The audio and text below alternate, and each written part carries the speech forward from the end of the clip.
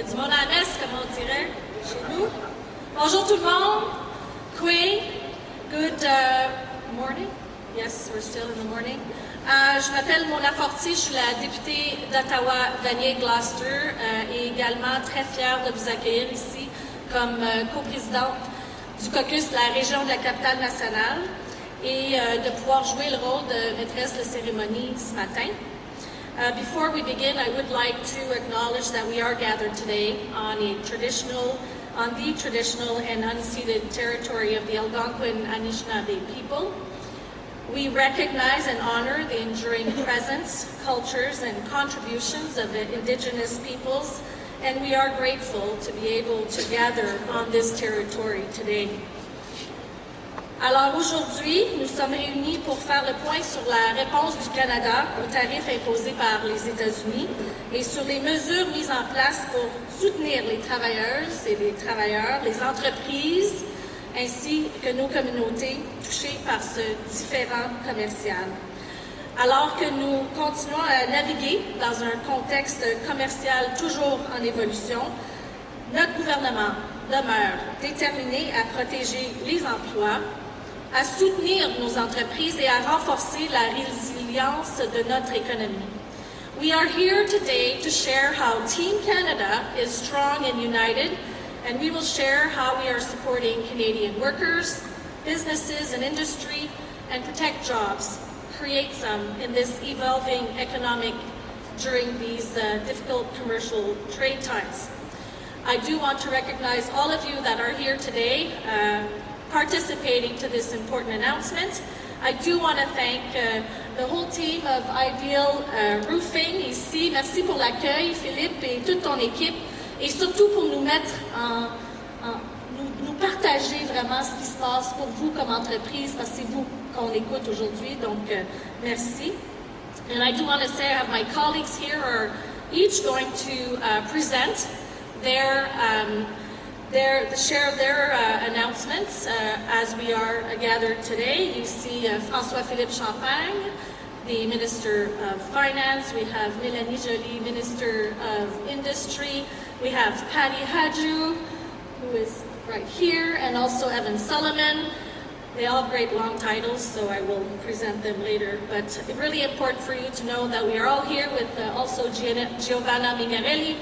And I will go straight to the point because we have many ministers sharing their news today. And to start, we will start with mon ami François-Philippe Champagne, ministre des Finances. Alors à ton tour, François-Philippe. On va droit au but. Et vous avez tous un verre d'eau avec votre nom. Merci. It's made in the right order. Bonjour tout le monde. Bon matin. Hello everyone. Merci Mona de l'introduction. Ladies and gentlemen, Canadians are watching from coast to coast. I just want to start, je vais saluer d'abord ma collègue, la ministre Joly. Merci Madame la ministre. Évidemment, on sera au rendez-vous. C'est ça le message qu'on vous envoie ce matin avec la ministre Joly, le ministère de l'Économie, le ministère de l'Industrie ici au Canada. Ma collègue Patty Hadju, qui évidemment va représenter tout le secteur des travailleurs. Puis j'en profite ce matin de remercier les différents leaders syndicaux qui sont avec nous ce matin. Merci de votre présence. This is Team Canada at its best. We need our workers, we need our unions, and I want to say special thanks also to all the workers behind us. You made us proud. We're stood up for you, we're going to stand up for you, we're going to stand up for industry, we're going to stand up for business, and we're going to stand for Ideal Roofing. That's the message.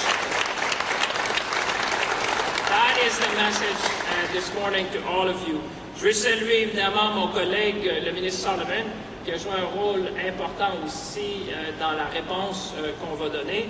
Et I want to say thank you to all my other colleagues which are joining. I won't name them because as Mona said, there are many colleagues who are joining. But I think what Canadians can see this morning is that we stand united. We stand united in our response, we stand united in our resolve, we stand united in fighting for Canada. Et je veux évidemment remercier les gens d'Ideal Roofing de nous accueillir aujourd'hui. Philippe en particulier, très fier avec ton père. Imaginez un peu une entreprise qui a été fondée il y a près de 100 ans dans une ancienne gare ici à Ottawa. Vous entendez même encore le son. et qui est maintenant à sa 4e génération de dirigeants. Donc, Philippe dirige l'entreprise et qui emploie 350 personnes à Ottawa, à Toronto, à Moncton. C'est une belle histoire de réussite franco-ontarienne dont nous pouvons tous et toutes être très fiers. You are a true Canadian success story, and a big round of applause to you and the 350 workers.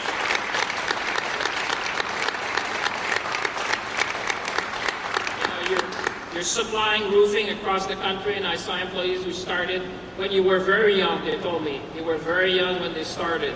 But now you're leading the company, and we're going to support you as we go forward. And when we talk about protecting the Canadian economy, we're talking about people like you. People who are watching at home as well. People who get up every morning, clock in, work hard, and support their families and communities. Le Canada traverse aujourd'hui un conflit commercial que nous n'avons pas choisi, mais auquel nous devons faire face avec détermination et engagement. This is an unprecedented challenge imposed on Canada. But Canada will meet the moment. Canadians will meet the moment. We will meet the moment together. And as the Prime Minister has said, we will support our workers, our businesses, and our industry with whatever it takes for as long as it takes. That is the essence of the message this morning, and that's why we are united with you, and that's why we want to present what we have to offer to Canadians. That's why we'll present the outline of our Canada Strong Responses Plan with targeted countermeasures and a substantive support package for workers and businesses totaling $7.5 billion. Because when Canadians stand together, nothing can stop us.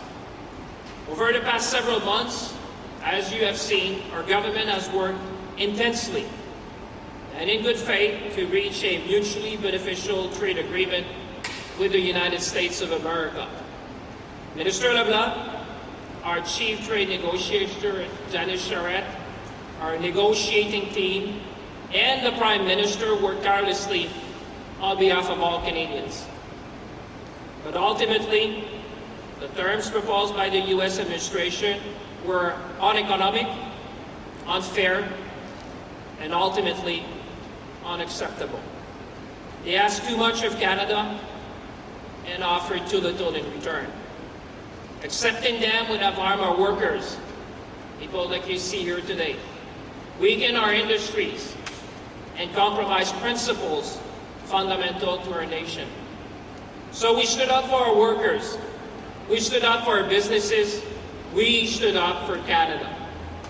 Nous n'avons pas choisi ce conflit commercial, mais lorsque notre intégration économique est utilisée comme levier exploité, plutôt que comme fondement d'un partenariat gagnant-gagnant, nous devons nous tenir debout et défendre nos intérêts, défendre nos travailleurs, défendre nos entreprises et défendre notre souveraineté économique. Jamais nous n'accepterons qu'un autre pays nous dicte la voie à suivre. Notre avenir nous appartient en tant que Canadiens. C'est l'essence même d'être maître chez nous. On August 22nd, the United States of America imposed tariffs on 50% on approximately $28 billion in Canadian goods. Those tariffs will have real consequences for Canadian workers, businesses, and communities across our nation. Canada must respond, and today we are, in a proportionate, targeted, and strategic way. Today I'm announcing that Canada will match the United States tariffs dollar for dollar, rate for rate. Effective September 8th, Canada will impose counter-tariffs of up to 15, 25, or 50% on $27.6 billion in imports from the United States of America. For each product, our tariff would match the American tariff on the same type of Canadian good. Notre objectif est de protéger les travailleurs, les producteurs et les manufacturiers canadiens, comme on voit ici ce matin, tout en plaçant les produits fabriqués ici dans une meilleure position concurrentielle sur le marché canadien. un peu l'essence de ce qu'on discutait avec Philippe ce matin, de donner une chance à nos entrepreneurs, nos bâtisseurs canadiens de pouvoir être compétitifs sur le marché canadien. Notre réplique visera notamment des produits dans les secteurs de l'acier et de l'aluminium, des appareils électroménagers, de l'équipement agricole, des pâtes et papiers et de l'électronique. Our existing counter-tariffs, including those on automobiles, will remain in place. Canada's remission framework will also remain available to mitigate unintended consequences for Canadian businesses. Canada's counter-tariffs are designed primarily to provide protection for Canadian industry impacted by U.S. tariffs and allow them to compete against U.S. products in the Canadian market. It's all about fairness, it's all about level playing field, it's all about supporting Canadian workers and Canadian businesses. Il est bon de se rappeler que le plus grand pouvoir que l'on a, tous et toutes, c'est notre propre pouvoir d'achat. Je le disais hier, dans nos épiceries, nos quincailleries, nos entreprises et à tous les ordres de gouvernement, on peut choisir d'acheter canadien. Et on doit choisir d'acheter canadien. Counter-tariffs are only one part of our response. We must also provide businesses with liquidity and, most importantly, keep Canadians working. My colleagues, Minister Joly, Minister Haidu, and Minister Solomon will present the new and very substantive measures under their respective programs. And I think workers, families, and communities around the nation will see that we're going to stand by you, as we have always done. As Minister of Finance, I will make changes to the large enterprise tariff loan facility to make it more flexible, more responsive, and better able to support major employers affected by tariffs across the country. And I will work closely with my colleagues, Minister Joly, in making sure that we do that as swiftly and efficiently as possible. In fact, our approach is guided by three principles that we have discussed among ministers, that we are committed: rapidity, simplicity, and agility. Because businesses facing immediate pressure need programs they can actually access quickly and efficiently. That is the feedback we receive. That is the commitment that we're all making to you today. Canada can act because we enter this period from a position of strength. And I want Canadians to have confidence. We have the lowest net debt to GDP ratio in the G7, the second fastest growing economy in the G7, and a AAA credit rating. Et la discipline budgétaire dont nous avons fait preuve nous donne aujourd'hui la capacité d'appuyer les travailleurs et les entreprises aussi longtemps qu'il le faudra. So in conclusion, when the United States of America asked too much and offered too little, we made a choice. We chose Canada.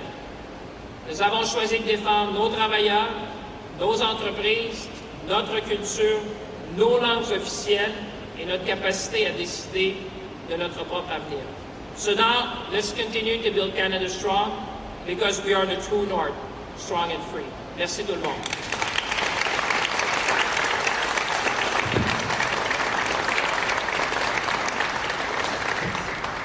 Merci François-Philippe pour ton leadership. Merci pour évidemment mettre la table au prochain chapitre qu'on va entendre aujourd'hui.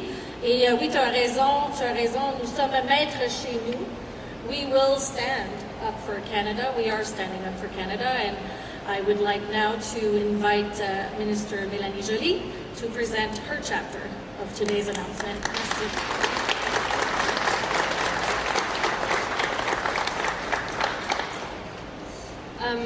Thank you so much. Merci François-Philippe d'avoir présenté ça. Merci pour ton travail aussi pour justement nous aider à être capable de mettre en place cette réponse au tarif qui est si importante.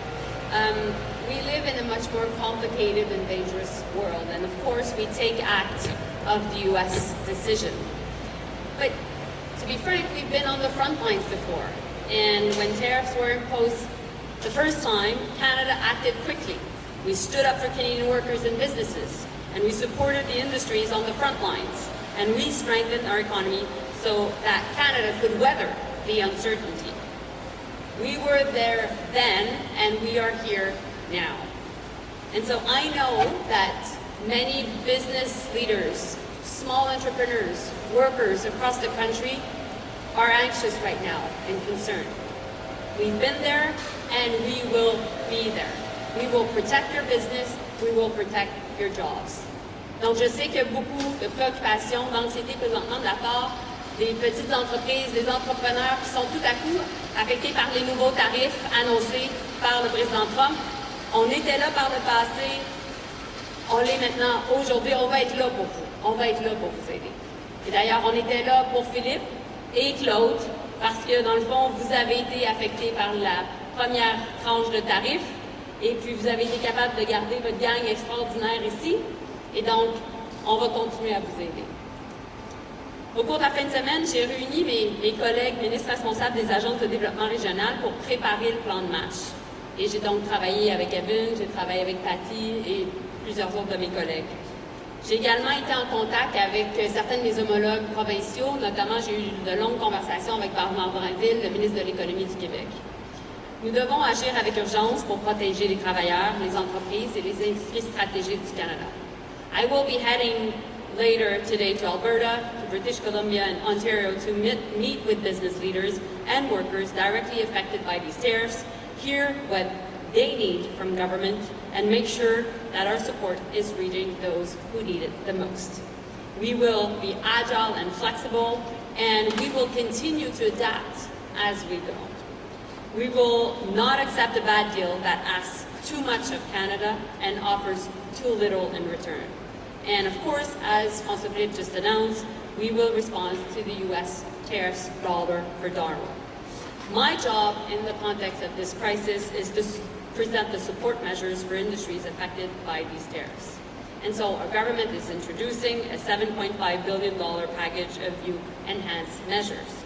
So this package includes a lot of support through different agencies.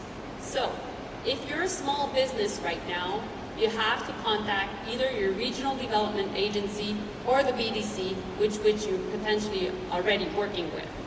Small businesses, through the regional development agencies, will have access to $3 million of non-repayable loans, so basically grants for $3 million, and up to $2 million of interest-free loans. And the businesses that will be able to have access are around those that will have $1 million in revenues. That entire support through the regional development agencies, that may be ACOA in Atlantic Canada, DEC in Quebec, FedDev in Ontario, which Evan is in charge of, FedNor in Northern Ontario, which Patty is in charge of, PrairieScan, which our colleague Eleanor is in charge of, and PacificCan also in BC, which Gregor Robertson is in charge of, and Canor, which our colleague Rebecca Chartrand is in charge of, will all be ready to help you. Now, the other way we'll be able to help a lot of our small businesses is through the BDC, which will have $500 million to support through interest-free loans that will be between $250,000 to up to $5 million. And there will be no repayment, no capital actually to pay back to the BDC for the next 36 months. So after the Trump administration. And so what businesses will need to show is they only need to show that their cash flow will be impacted by the tariffs. So the cash flow forecast is clear that basically they'll be impacted by the tariffs.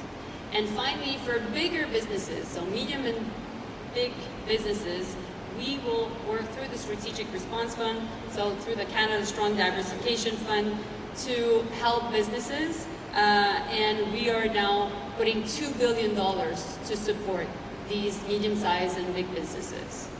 Donc, notre objectif présentement, c'est d'aider les petites et moyennes entreprises, et également d'aider les plus grandes entreprises. Pour les petites entreprises, ça va être via DEC au Québec, donc l'Agence de développement économique régional.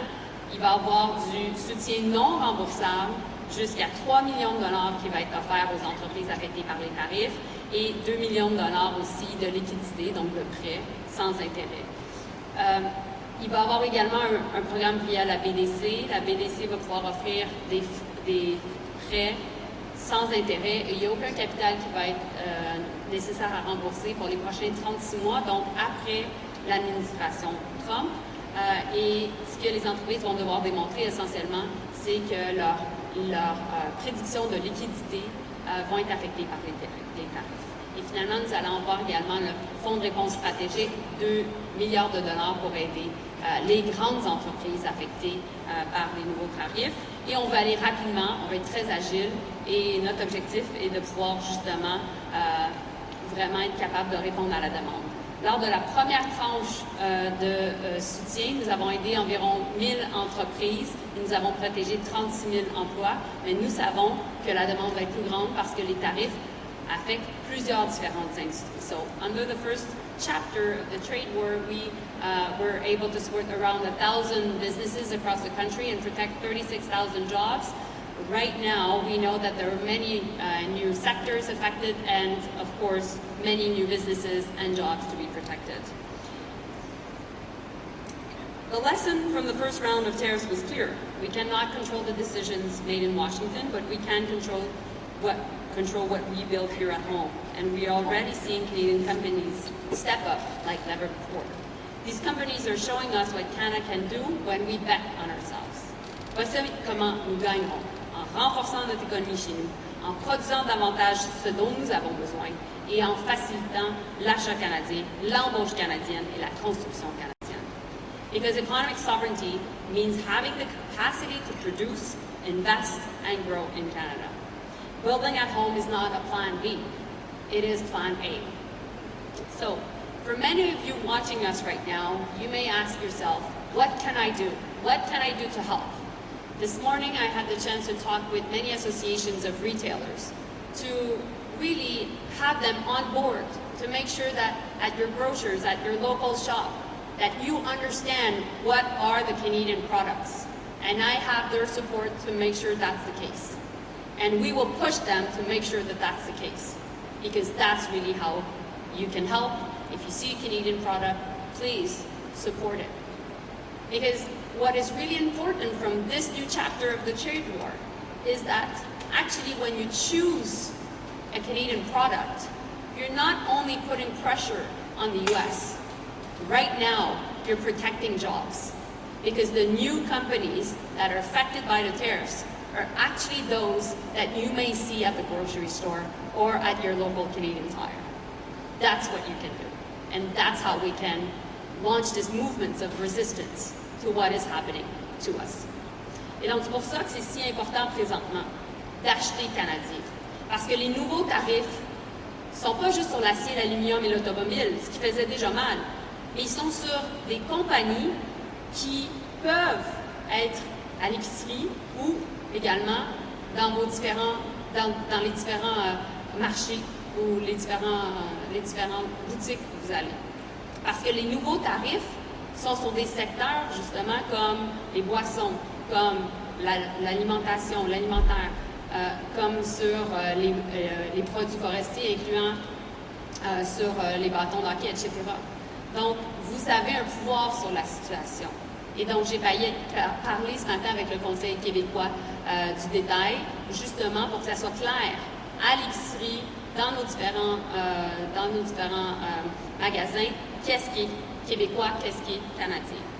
And so, for the rest, we'll continue also to pivot, to work with new allies and also with our trading partners, because we need to position Canada as a partner of choice of investment, trade, and security.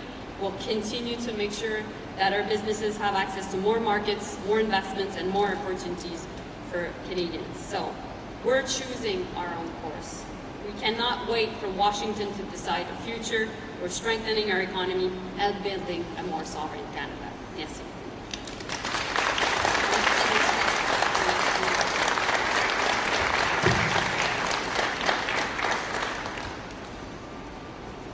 Merci Mélanie. Et moi, ce que j'entends, c'est agile, rapide et flexible, qui est super important aujourd'hui. It's really important to say that those regional economic development agencies, and the BDC are strategic instruments that will help us go through the next phase, but also build on those economic regional agencies that understand what's happening coast to coast to coast. And now to talk about the next chapter of this announcement, I would like to introduce Patty Hadju, Minister of Jobs and Families and Minister responsible for the Federal Economic Development Agency for Northern Ontario. Merci beaucoup, Patty, d'être ici aujourd'hui.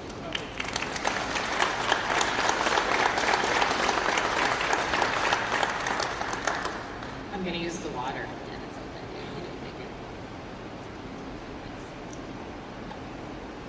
Merci Philippe et toute l'équipe chez Ideal. Votre travail, vos efforts, c'est très important pour toute l'économie et aussi pour les employés que vous avez maintenant. I'm really pleased to be here at Ideal, and I also want to acknowledge that this is a unionized shop and in fact represented by the United Steelworkers, and Kevon Stewart is here somewhere and his team. Thank you so much for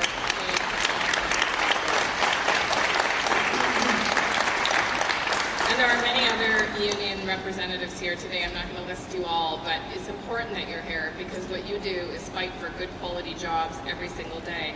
And what you also know is that the success of your members, the success of the workers that you represent is dependent on the success of the business. And these two things are intertwined. As the Minister of Labour, I can tell you, I've seen that dance, and it's an important dance. But it's very important that everyone remembers that in order for workers to succeed, companies have to succeed. And these two things fit together.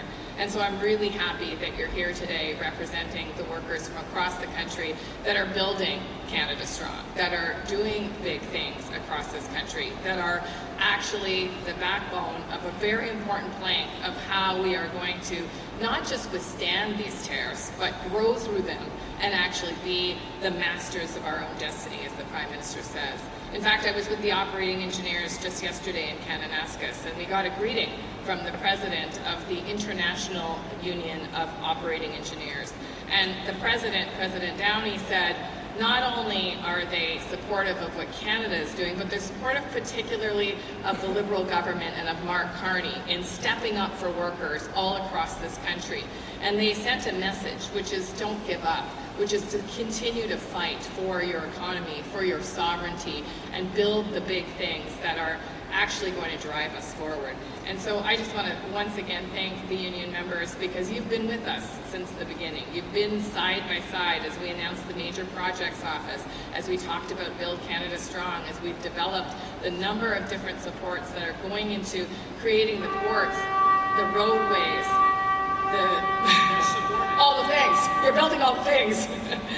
And it's not the first time, by the way, as Melanie and Francois Philippe have talked about, that we've faced these unjust tariffs and economic attacks. In fact, I'm from Northern Ontario, and I can tell you that we've seen this in softwood lumber and in pulp and paper over many, many years. And so this is an experience that workers are familiar with, and it's why there's so much worry and anxiety across Canada, because people have felt the impact of these things before. Yes, not on the same scale, at the same speed that we've seen, but certainly in pockets of industry that have faced unjust tariffs, faced economic warfare, and that has a direct impact on livelihoods, on families, and indeed deeply on communities. Employers, just like Ideal here, have worked tirelessly, you've just heard, 100 years, 4 generations of work to build up businesses that our communities actually count on to drive the economy of local communities as well. And now they are facing uncertain paths forward. And so all of that worry and anxiety makes it really difficult to plan for the future. It has an effect of sort of freezing people in place. Should I make that investment? Should I buy that new house? Should I take that vacation? Should I add on to my business? Should I add a product line? And that is the challenge, is it can freeze our economy, it can freeze the ambition of our businesses, and it can freeze the autonomy of our individual Canadians. And that's why we're here today, because we're going to make sure that doesn't happen. Together, we're going to put into place these measures, we're going to build on measures to make sure that people have the confidence to take the steps they need to grow their business, to get those new skills, to be ambitious in their own personal lives and the business life that they're involved in. And this growth is actually dependent deeply on a skilled and talented source of labor. And that's why we've acted so urgently as we've seen these tariffs. Canadians have been supported and trained through the new Workforce Tariff Response Agreement with provinces and territories. All of them have signed now. And this is an additional investment of $570 million. It's helping 66,000 tariff-affected workers upskill or retrain as the market demands evolve. And as the unjust tariffs began to hit, the federal government introduced a number of temporary worker support measures that would provide that income stability for affected workers. And this support has helped thousands of Canadians who face job losses or slowdowns. To help employers keep their workers, even when business was slow, we made the work sharing program easier to access. Keeping skilled workers during slow times means that businesses can retain the talent, and it helps workers weather tough times for their employers. In 2025, our measures have averted about 25,000 layoffs. We also introduced the Worker Retention Grant, which helps provide employers a top-up pay to their workers, which helps them maintain closer to normal income levels as they take that training during non-worker time. You can see what we're trying to do is make sure that when a company has that time to pivot to new products, to new markets, to new processes, they don't lose all the talent that they spent years developing. It can be another hit to a business's growth if they can't keep that talent in place. We also improved job bank, adding training finders to make it easier to find training programs that meet the needs of workers and businesses. And for those workers who lost their jobs entirely, we introduced significant temporary measures to the EI program so that workers could get EI benefits efficiently, and those measures have helped. But the imposition of new tariffs means that additional threats to our workers, businesses, and communities are significant, and we need to continue to do more. Tout accord qui limite notre souveraineté, compromet notre autonomie, sape notre culture et notre langue, affaiblit nos secteurs clés ou nous empêche de développer nos relations commerciales n'est pas un bon accord. So we will double down to ensure workers and businesses can weather this storm. Canada will invest an additional $3.5 billion over 4 years to provide the stability that our economy and our people need during this time. So for workers, we'll extend those 3 EI temporary measures already in place by up to 1 year. The 1-week EI waiting period will continue to be waived so that claimants can receive benefits the minute they lose their job. Workers will continue to be able to access EI benefits immediately without exhausting any severance pay. That's vacation pay, any time accrued, so that support starts quickly and all severance money stays with the worker. 20 additional weeks of regular benefits will continue to be available for long tenured workers so that workers who need more time to find new employment have the access to additional weeks of income support. And the best news for workers is when they stay in their workplace, even during slower times, it's good news for their employers. So we're going to enhance the worker retention and retraining program to go even further than the existing measures to help employers keep their workers even in periods of reduced operations. Employers will be able to reduce employees' work schedules to as little as 2 days per week, while workers receive EI benefits to help replace a portion of their lost earnings on days not worked. When the employer arranges for training activities and the off days, the income replacement will be 70% of total earnings, as opposed to 55% of insurable earnings under the previous work sharing program. And the program will include a new $1,000 training dollar bonus per employee, and this will be delivered with regional development agencies so that those small and medium-sized enterprises can get the help that they need very quickly. And we'll make it easier for employers to access the program by reducing red tape and administration burdens. These new supports are designed to be strong and flexible, and they're built on what we heard from industry through the first round of work-sharing programs. And I want to thank everyone, including Forest Products of Canada, who I spoke with last night, about how to make this program actually fly for employers. This is about keeping that talent in place, giving workers the support they need so they can focus on supporting their employer to grow new products and to grow new markets. For workers, it's also a sign that we know a job is more than a paycheck. It's a purpose, it's a career. And the more people that can keep their jobs, their current jobs, the healthier and more productive our communities remain. But for those that lose their jobs, even with those supports for employers. We're going to make it even easier to get employment insurance. We're going to amend the reasons for separation rule, which will end the penalization of access to EI benefits for workers who recently chose to change jobs. De plus, nous suspendons ce qu'on appelle la règle relative au motif de cessation d'emploi, mettant ainsi fin à la pénalisation effective en matière d'accès aux allocations chômage pour les salariés qui ont récemment choisi de changer d'emploi. You shouldn't be penalized from accessing employment insurance if you left a job recently to get a different job. And so we're going to make sure that you can access EI if in fact you've lost your new job. And we'll make sure that Job Bank has the best information available about what jobs are out there, including on major projects, in defense investments, or through community investments. And we'll work to make sure that job seekers are more easily connected to this valuable service. So you can see from the package of measures that Melanie and François-Philippe and I have spoken about today that we're not taking these attacks on our economy lying down. Because Canadians are fighters who stand up for their businesses and for their families and for their communities. And so we're making sure that the tools that we need to pivot to new markets, to change products or services and come out stronger than ever are there now and for as long as it takes to weather this storm. Because Canadians know how to navigate storms. They know, just like unions, that by standing up together, sticking up for each other, and finding new paths, we actually can get through anything. And these measures today will serve as the tools for the next part of our fight to build Canada strong. Thank you very much.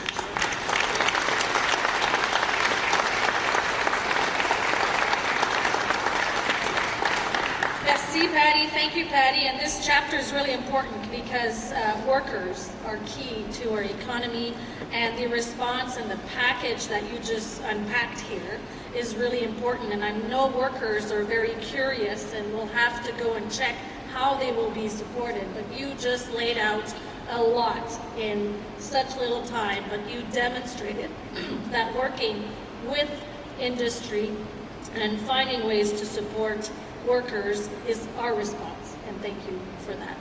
Alors maintenant, pour pouvoir entendre un peu plus ce qui se passe via, entre autres, le soutien d'une agence économique régionale, je vais inviter le ministre Evan Solomon. Evan Solomon, Minister of Artificial Intelligence, Digital Innovation, and also Minister responsible for the Federal Economic Development Agency of Southern Ontario, to come in and share his chapter on today's announcement. Merci Mona. Bonjour à toutes et à tous. Merci Ministre Champagne, Jolie, Haidu, Giovanna, great to see you here. Lots of great colleagues.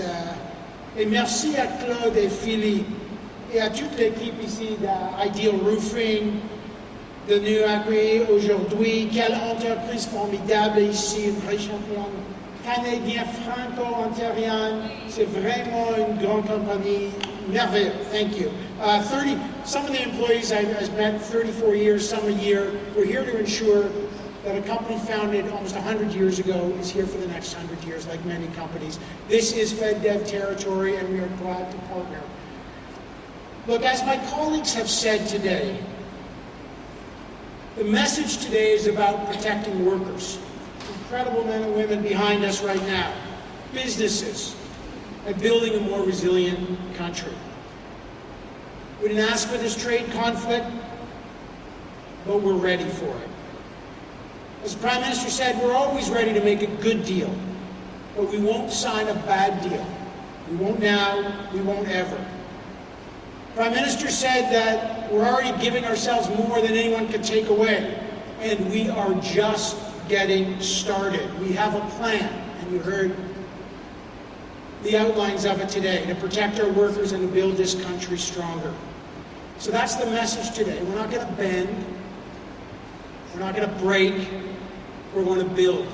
And that's what we're doing. We're going to make sure Canadian workers, Canadian businesses keep building. And that's why we're here today. And that's what we've been doing since we were elected as the new government. And as the minister responsible for federal economic development, here in Southern Ontario.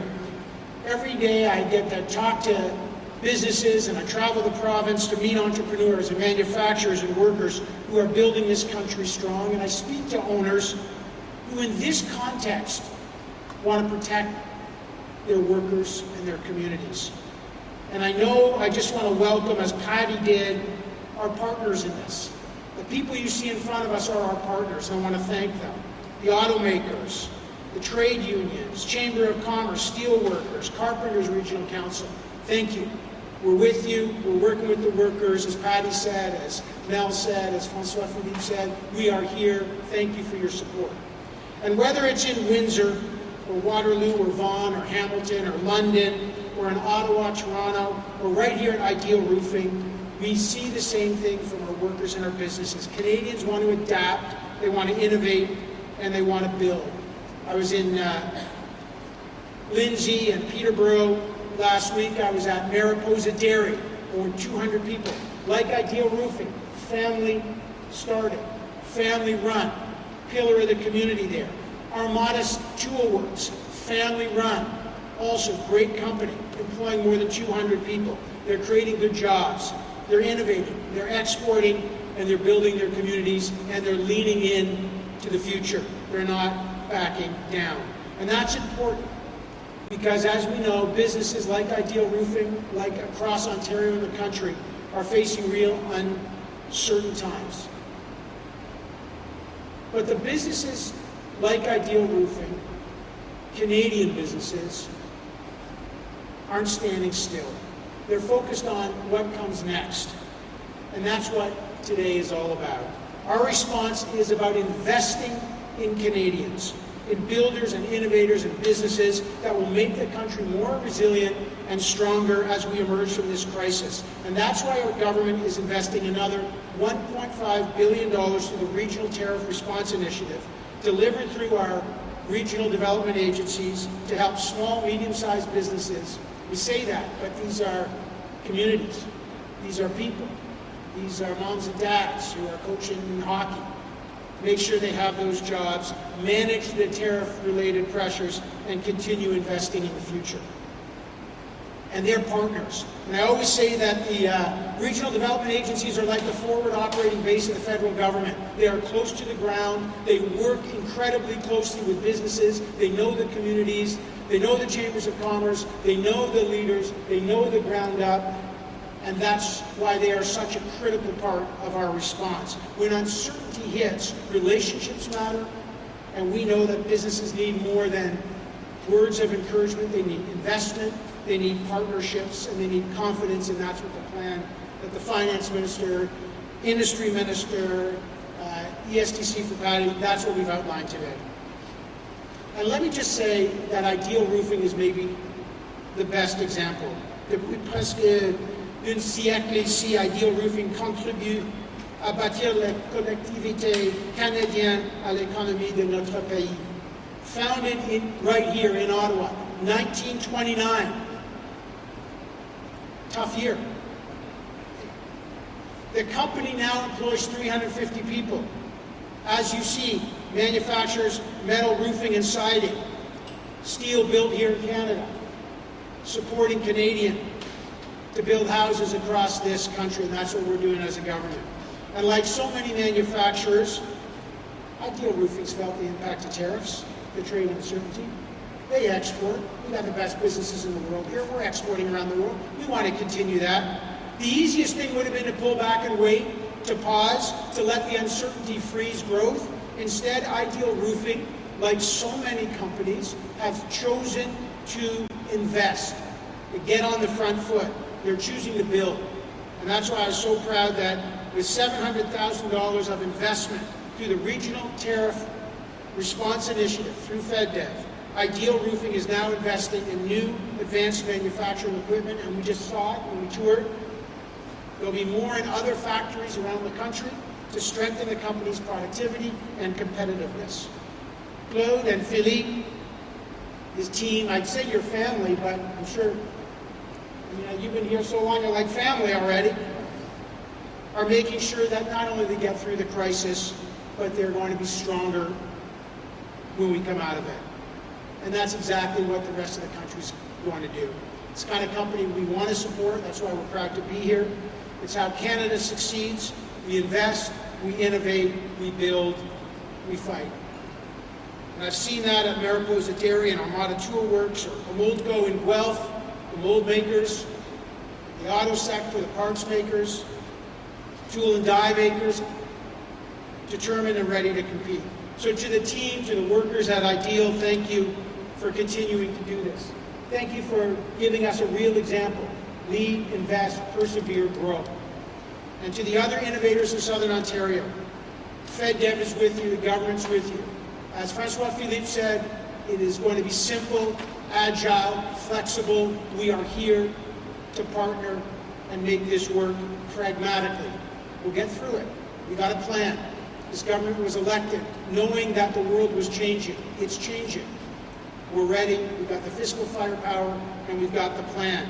We're in a fight today, but know this, with companies like Ideal, with the support and the innovation, we'll get through it stronger.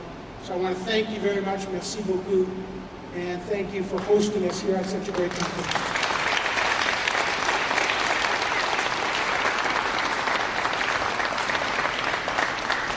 Merci, Evan. Thank you, Evan, for sharing this important message in this, let's say, final chapter of this announcement, but I'm sure other chapters will come up as we go. I do want to say one thing. I think we heard a very loud message today. Today, we buy Canadian. On achète canadien. Ça va être important de soutenir nos entreprises, nos travailleurs, nos familles. Et je vous invite à aller faire un geste concret aujourd'hui quand vous allez acheter votre prochain produit. Il faut qu'il soit canadien. Let's make it Canadian. Alors sur ce, I can see the media ready to go to the next chapter of question and answers. Je vais demander à Audrey d'animer la session de questions-réponses avec les médias. Merci. Nous allons maintenant passer à la période de questions. Pour les 25 prochaines minutes, veuillez mentionner votre nom, votre média et préciser à qui s'adresse votre question. Ce sera une question et une question de suivi. We'll now move to question for the next 25 minutes. Just state your name, your media, and who the question is for. It will be one question and one follow-up. Yeah, hi Ministers. Ryan Tumulty, Toronto Star. I hope you'll stick around for many questions from my colleagues today. But to start with, today you are bringing in retaliatory tariffs. You are not bringing in any export levies on Canadian energy or Canadian potash, two areas that are critical to the U.S. economy. I'm wondering why you're not using those levers now, and if you might use them in the future. Let me start. We have always said from the get-go that we would be strategic, proportionate, and that we would respond in a way that serves Canada's best interest. What you see today is a number of tariffs, and we have been consulting broadly. I think you heard that from Minister Joly as well, and we have done that for a long time. You know, sadly, we have been in this trade conflict for quite some time, so we know the products that needs to be tariffed. We have been consulting, for example, with the steel industry. We've been consulting with Quebec. We have been consulting with manufacturers across the nation. And what is different, and what you have heard today, is that the new tariff imposed by the U.S. administration is going to be disproportionately affecting small and medium-sized businesses. That's why we're here today, and that's why we have decided to put I would say, a very substantial support package. You're talking about $7.5 billion to support workers and to support industry. But you have to get back to first principle. This is about protecting the Canadian industry impacted by U.S. tariff, and I've said it yesterday, this is about the level playing field. We want to make sure that companies like the one we're here this morning can be selling and be competitive in the Canadian market. That's what's driving our response today. That's what's going to drive our response for the days and the weeks and the months ahead. Sure. I think when we're looking at, first, the Prime Minister has said that everything was on the table yesterday, and at the same time, this is, we think for now, the most strategic approach. Because when we're looking at the counter tariffs, we're looking first at protecting the businesses that are affected here, Because if they were exporting to the US, we need to make sure that the competitors don't have access to the Canadian market in a better way than their own, products. And that's why the retailers need to show that the product is from Canada. For second, we're also targeting products that will target states in the US. And so we're being wise and strategic to put political pressure.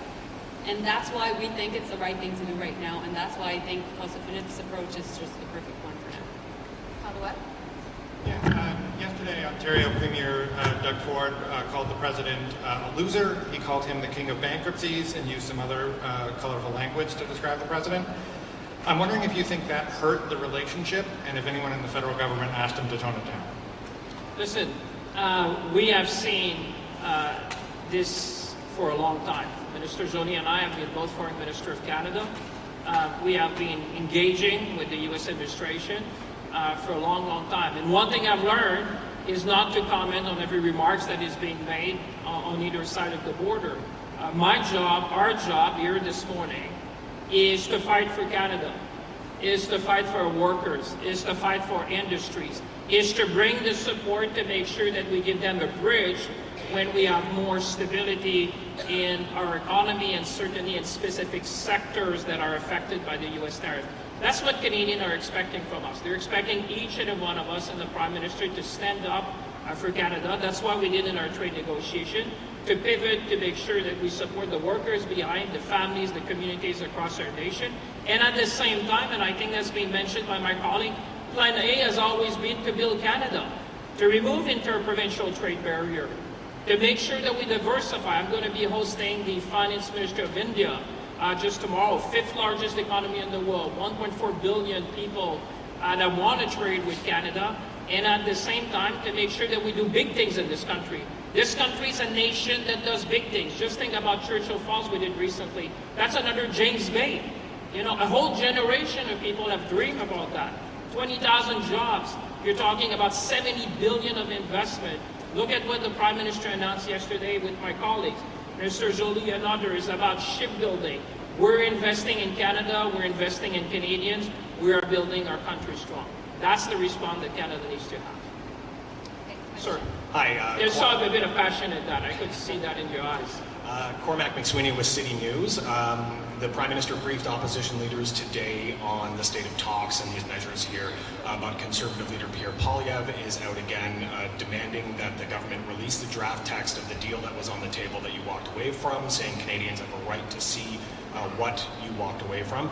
Also demanding a recall of Parliament as soon as possible so that this can be debated, and he's calling for more tax relief. He's got a list of different tax measures he wants you to take action on. So can you respond, will you release the draft text? Why or why not? Will you recall Parliament? Why or why not? And could there be more tax relief on the way? It's a very smart way. You have 3 questions in one. I'm just looking at your colleagues. They're learning. The first thing, listen, this is probably the most publicly advertised, negotiation of a trade agreement I could recall. You've seen a number of media briefings. Minister LeBlanc has been out there with Janice Charette, our trade negotiator, briefing journalists, briefing Canadians at every step of the way, the Prime Minister as well. I can remember one trade negotiation which got more coverage than the one we're going through now. So in terms of transparency, I think Canadians have been able to follow that even on a daily basis. When it comes to recalling Parliament, listen, our job is to do the important work that Canadians elected us to do, is to put the measures in place, make sure we consult. We're consulting broadly with Canadians. I had the Finance Minister's meeting yesterday. The Prime Minister talked to the Premier, Minister Joly, Minister Salmon, Mr. Aidu. We're crisscrossing the country, engaging. You saw the union leaders in front of us. We're talking to every Canadian, every stakeholders, because this is our moment. This is a moment to stand up, and we're willing to listen to whomever may have ideas in the opposition to say, how can we perfect what we're putting forward. This is a Team Canada moment. And the last thing in terms of tax measure, listen, we already have probably the most competitive set of measures in the G7. but we're always looking at ways to support workers, to support businesses, especially small and medium-sized businesses, as we're looking at this particular period. I was talking to the Confederation of Small Businesses. We've been talking to Chamber of Commerce across the country as we're doing pre-budget consultation, and I can assure you that the voice of businesses, the voice of workers, the voice of small businesses in particular is well heard, and I can assure you that Canada will remain the most competitive country in the G7 for making investments. Madame Joly? Okay. Well, thanks for the question. And if the Conservative Party and the leader of the Conservative Party want to be helpful, they could stop voting against things like the Spring Economic Update that had $6 billion of investment for skilled trades training in this country. You know, there are pockets of this country that really need skilled trades workers. I'm looking at these unions who come to me on a regular basis saying, we'd love to have more members. We'd love to be able to have the capacity to get more members through their Red Seal. And so we listened, and $6 billion in the Spring Economic Update is dedicated to attracting people to the trades, making sure they finish their Red Seal, and helping employers hire those apprentices to actually ensure we have the talent and the labor we need to build major projects, to build community infrastructure, to ensure that there's machinists and all kinds of folks in the manufacturing sector that are ready and able to do the work that many companies are still looking for the talent to do. And so what I would just say is there's work to be done, and we would hope that there's less obstruction in the way that we're actually really pulling together with employers, with unions, and indeed with tradespeople and workers of all kinds to make sure that we have the talent we need for the challenge at hand.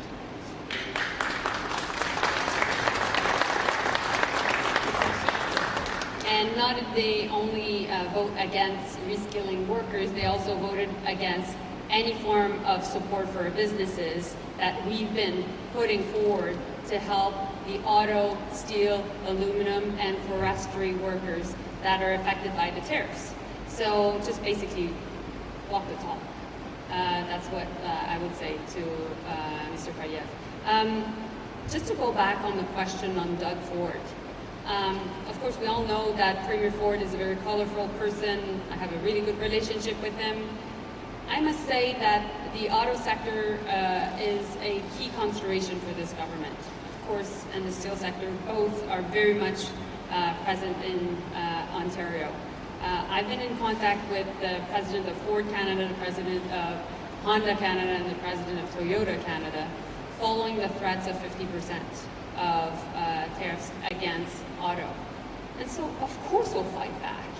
And of course, a lot of emotions are high, but while this is all happening, we'll be smart, and we'll be strategic, and we'll fight for every of these jobs.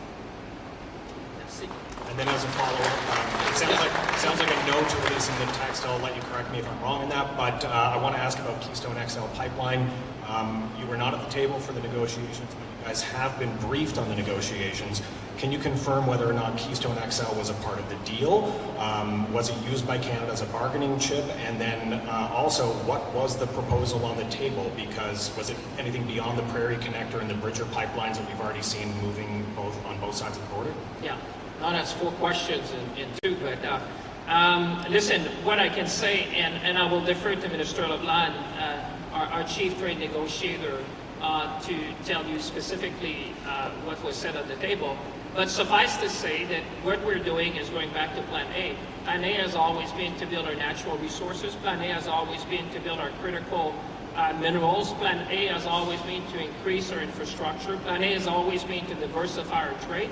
And I just would like to remind you the words of Fatih Birol, the executive director of the International Energy Agency, who just recently said in Montreal, I think Minister Joly and I were there, that the world energy architecture is being redesigned, and that Canada will be at the center of that new energy architecture. So it's not surprising that you see Canada talking about additional investment to bring our resources to market.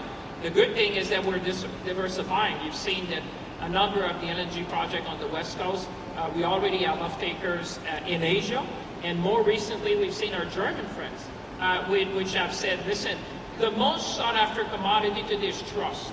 And Canada offers the trust that the world needs. Stability, predictability, and trust. And when you're looking, and I'll just finish there, but at the G7 finance minister, we have a G20 finance minister and central bank governors coming over this weekend. I can tell you that today you see the nexus between energy security, food security, economic security, and national security. So it is very timely for Canada to make these big investments and make sure we can bring our resources to market. Sir? Mike Liqueur with CTV News for Mr. Champagne. The Prime Minister and Minister of Law did say that the U.S. wanted to limit Canada's sovereign ability to enter into free trade agreements with reliable countries. Which ones, and how are they going to do that? Well, we have always resisted anyone who wants to infringe on the sovereignty of Canada to make sure that we do the deals that are in Canada's best interest. And I would tell you, this is the whole essence of maître chez nous, as we say in French. Standing up for our economic sovereignty is a fundamental principle. When people try to impose or somehow have language that could, in a way, restrict the ability of Canada to choose who they're going to be partnering with, what are they going to be selling, and what, under which conditions that will be made, I think it is right, it is fundamental for Canada to stand up and to say, no thanks, we're not going to do that. We have never done that. We have trade agreements with a number of nations, and we're just getting started. We're the only G7 nation with a free trade agreement with all the other G7 nations, giving us access, preferential market access to 1.5 billion. My colleagues were there when we did the one with Europe. We did the one, the TPP with our friend in Asia Pacific. We're engaging with Indonesia. So I think Canadians understand that maintaining our economic sovereignty is non-negotiable. That's what we did, and that's what we'll do. Just one follow-up link to what do you make of President Trump's comments that the Prime Minister was fabricating the issue around the protection of the French language, and how he says that he loves French-Canadian people? Vous pouvez répondre en français aussi? We all love French-Canadian people.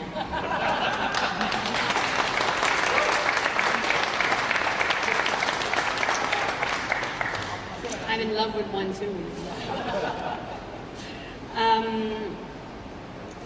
The question is not about love. The question is about sovereignty and what we stand for in this country. We're a country that believes in having two official languages. And that's part of why we decided decades ago, years ago, more than 150 years ago, to make this important alliance between English and French people. And, we eventually also have a lot of reconciliation work to do. But that was at the core of the creation of our country. And you know why French and English Canadians decided to eventually create that country of Canada? Because we didn't want to be part of the US. And so that's part of our DNA. Now, forward 150 years later, we need to make sure that we continue to protect that strong alliance. And that is why making sure that we are sovereign, that we're able to take our own decisions when it comes to protection of our bilingualism is key. And I think, of course, French Canadians agree with that, but I really think also English Canadians do so. And as a Minister of Industry, I would like to highlight that it's not only a question of French language, it's more than that.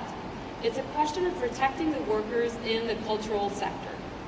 And that is up to 900,000 people working in our creative industries. By the way, you journalists are all part of that industry. But also, the vast array of from film production to museums, etc. We need to be able, as a country, to have cultural policies to protect these workers. And that's what our colleague Mark Miller is working on, but also that's why the Prime Minister had to stand up for it.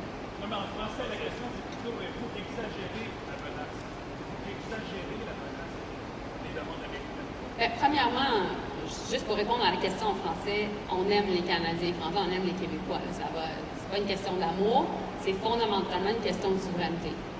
D'être capable d'avoir un pays qui est capable de protéger sa culture et son fait français. Donc, je n'irai pas dans les détails des négociations. Mon rôle dans le contexte des négociations était, via mon ministère, de fournir toute l'information aux négociateurs sur l'impact des tarifs et l'impact potentiellement de l'entente. Mais ce que je peux vous dire, par contre, c'est que tous les pays au monde qui se respectent ont des protections sur leur culture, ont des formes de politique culturelle. Et dans le contexte des négociations avec l'Europe n'a jamais laissé aller sa souveraineté culturelle, sa souveraineté numérique. Et donc, c'est important aussi que nous, on le fasse. On va continuer à le faire. Good morning, Ashley Brooks, CBC News. Minister Jolie, this morning, President Trump said that since he doesn't expect to do much business with Ontario anymore, that he's seriously considering renaming Ontario the Lake America. Where do you think his head is at, and is there anything you can do to stop that? I didn't hear the last part, sorry. The question part? Just before. You said... President Trump said he's seriously considering renaming Ontario, Lake America. Okay, sorry. Is there anything you can do to stop that, and where do you think his head is at? We'll always call it Lake Ontario. Period. We're proud of our Great Lakes. We've navigated the, St. Lawrence River, the Great Lakes, for thousands of years. And it was part of the foundation of our country. And we'll just stand up for what we have. And meanwhile, I really think that while all these shenanigans are happening, we'll just be smart. And we'll be strategic, and we'll fight back.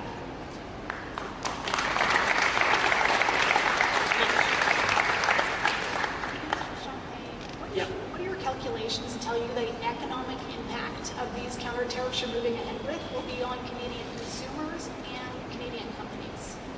Well, first of all, this is not about generating revenues. This is about protecting our workers, protecting our industry, making sure that we have a level playing field, because when the United States decided to impose these tariffs, what we're doing today is making sure that the industry that have been impacted can compete in the Canadian market. And this is the essence of all my colleagues saying, the Buy Canadian policy makes more sense than ever. And I said that to the finance ministers of the province and the territories yesterday to make sure that we double down in a sense. We want to make sure that businesses like the one we're this morning would have an alternative. And the products that we have selected in the countermeasures the vast majority of them would have a substitution possible in the Canadian products. And that's a way to make sure that we would support small and medium-sized businesses across the country. So to answer your question, like I said, we will publish our estimate when we come to the budget 2026. But for the time being, I would say with the measures we're putting forward, this is really about supporting Canada, supporting worker communities and businesses. That's what is driving the 7.5 billion. This is all about mettre chez nous, as we say in French, making sure that we support the people for as long as it takes with what it takes so that we can cross that bridge to days where we won't have to deal with these tariffs. I'm really sorry, we will take one last question in French, please. No, come on. Mackenzie Gray with Global News. My question's for Melanie Joly. You just said we're also targeting products that will target states in the U.S. Can you outline what products are being targeted and what states are being targeted? François Philippe has that list. It includes, how do you say, appliances. It includes food products and beverages, etc. But we can highlight you exactly with the vast list. The list is, quite consistent. But I'm just trying to figure out, because we heard from the Prime Minister and a few folks up here have said that the goal of these counter tariffs are to defend Canadian industry. You're the only one that said that there's some attack in this. So is the point of these tariffs to try and attack and make Americans feel the pain in Republican states? Because that was the tactic that the Trudeau government took when they brought in the original counter tariffs. Always clear. The first one was to protect our workers, to protect our markets. For example, a big part of the counter tariffs are about making sure that the steel tariffs that were at 25% are at 50% because, our steel is at 50%.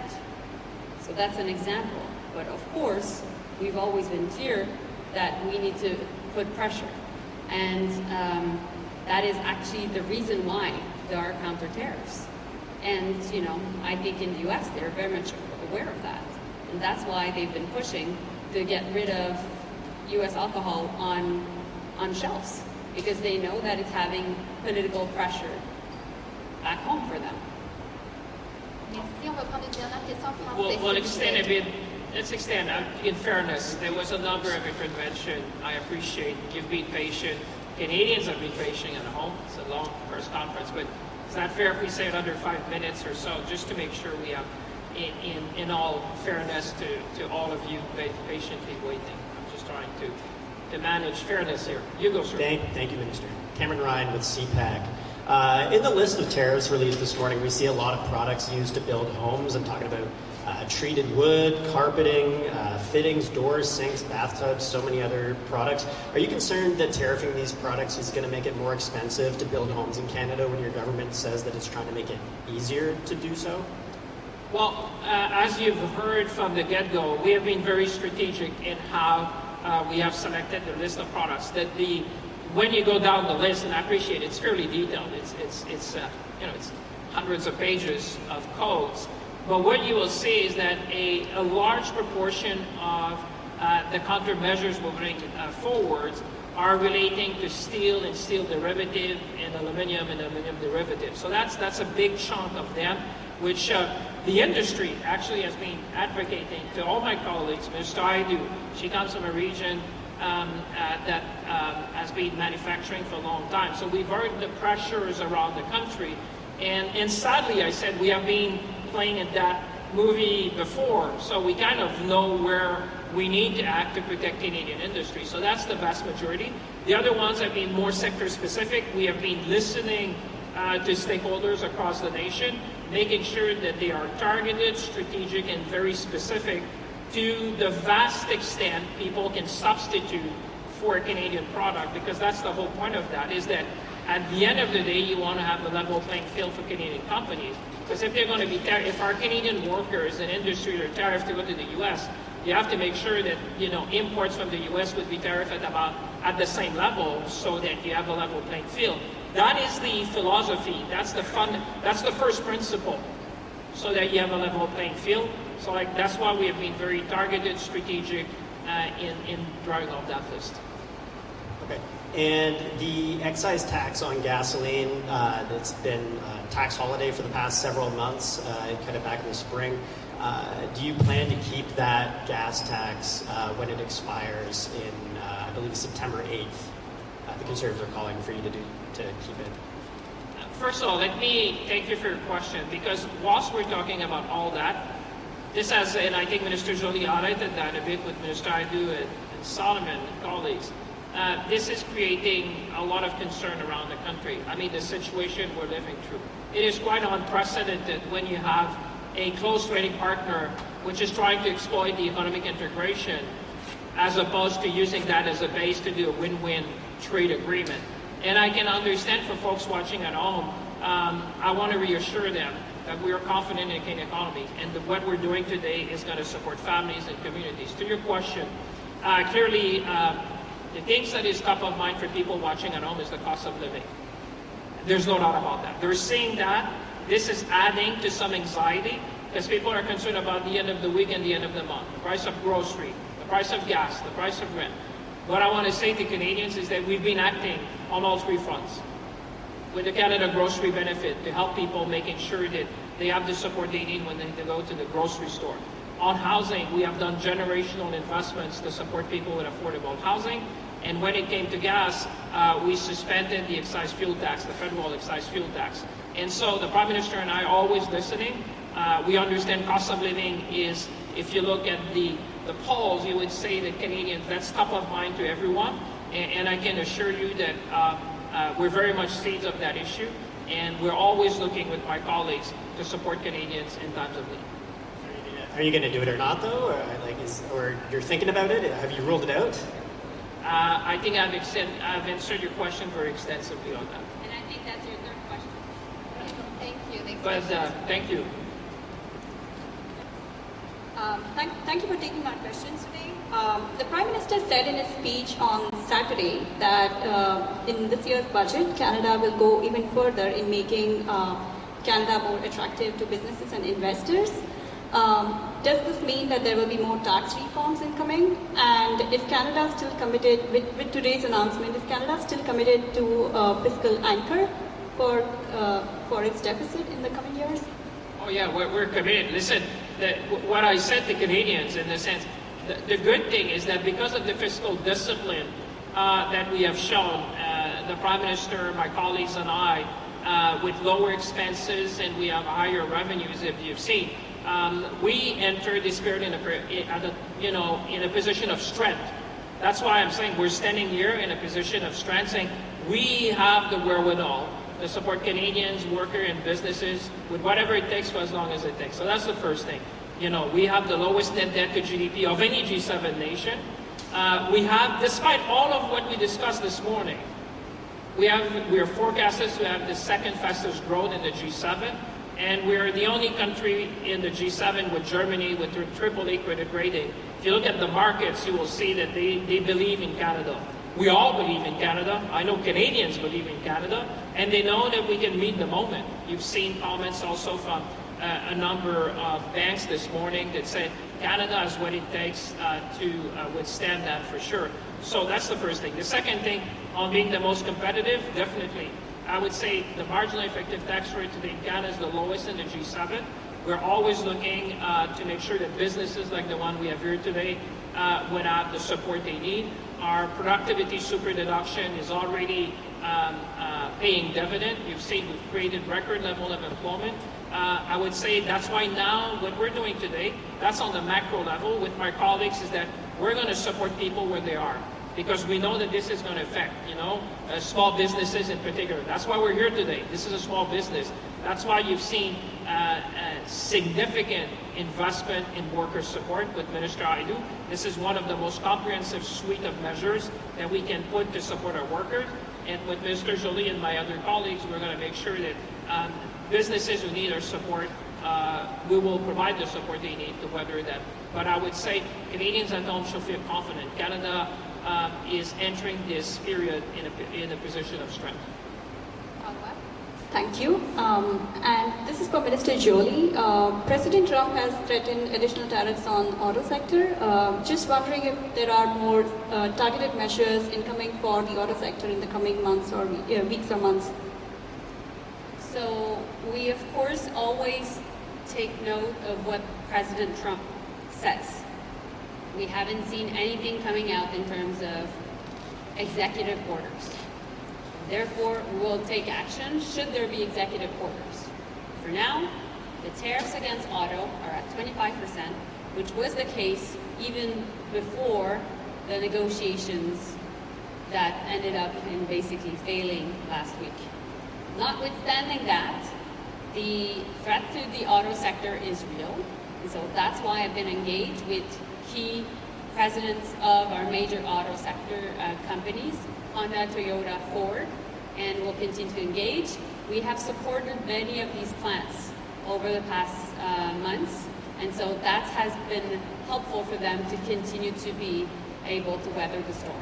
But I'm not saying that the storm is not real, it is real, and that's why President, we take note of what he has said, but also I've been in contact with Premier Ford many times to make sure that we would be working together, along with Vic Fedeli, the Minister of the Economy of Ontario, to protect the auto sector. Merci. Dernière question en français, s'il vous plaît. Bonjour, Andréane Paplacer, Radio-Canada. Vous avez dit ne pas vouloir d'escalade. Vous imposez des tarifs seulement sur des secteurs déjà visés par les États-Unis. Pourquoi on a l'impression que vous ne passez pas à l'attaque et que vous êtes en mode défensif? Je dirais plutôt qu'on est en mode stratégique. La réponse stratégique, c'est de faire ce qu'on fait ce matin, c'est d'aller sur notre plan A. C'est-à-dire, on est dans un conflit commercial qu'on n'a pas choisi. Mais il y a une chose qui est claire qu'on a démontrée, c'est qu'on va se tenir debout. On va se tenir debout pour nos travailleurs, pour nos industries, pour nos entreprises. On va se tenir debout pour notre langue française. On va se tenir debout pour notre culture. Et c'est ça être maître chez nous. C'est ça qu'on démontre aujourd'hui. Puis en même temps, non seulement on s'est tenu debout à la table des négociations, mais aujourd'hui, avec mes collègues, on vous présente un plan de 7,5 milliards de dollars justement pour appuyer nos entreprises, nos travailleurs, pour faire face à cette situation-là. Alors, moi, je pense que les gens qui nous regardent dans la maison, les gens sont capables de faire la part des choses.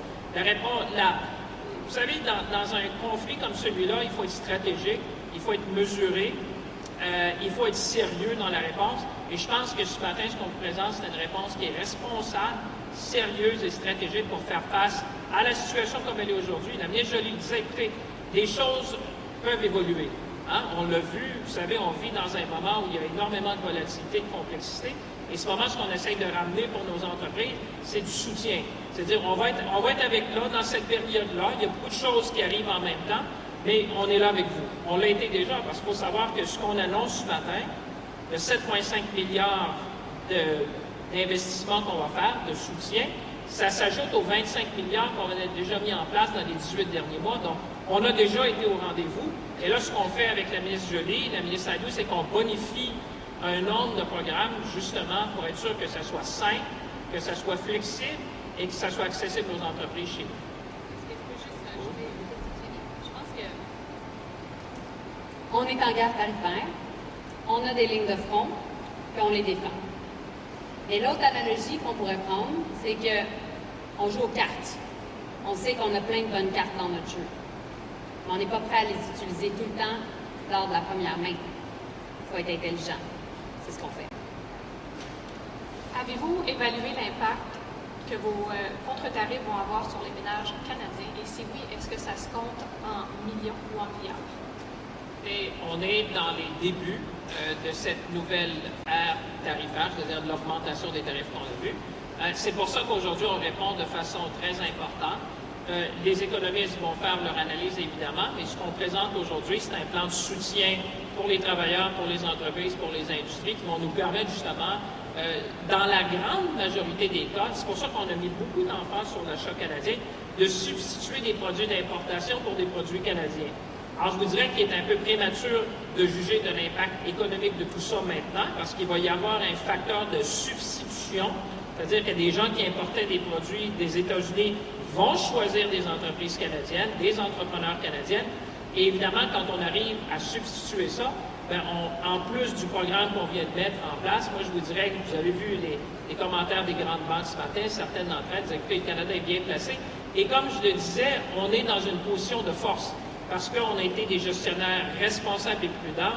Le cadre fiscal du Canada est le meilleur des pays du G7, donc on peut faire face à cette situation-là. Et c'est pour ça qu'aujourd'hui, on se tient debout pour nos travailleurs, pour l'industrie, pour le pays.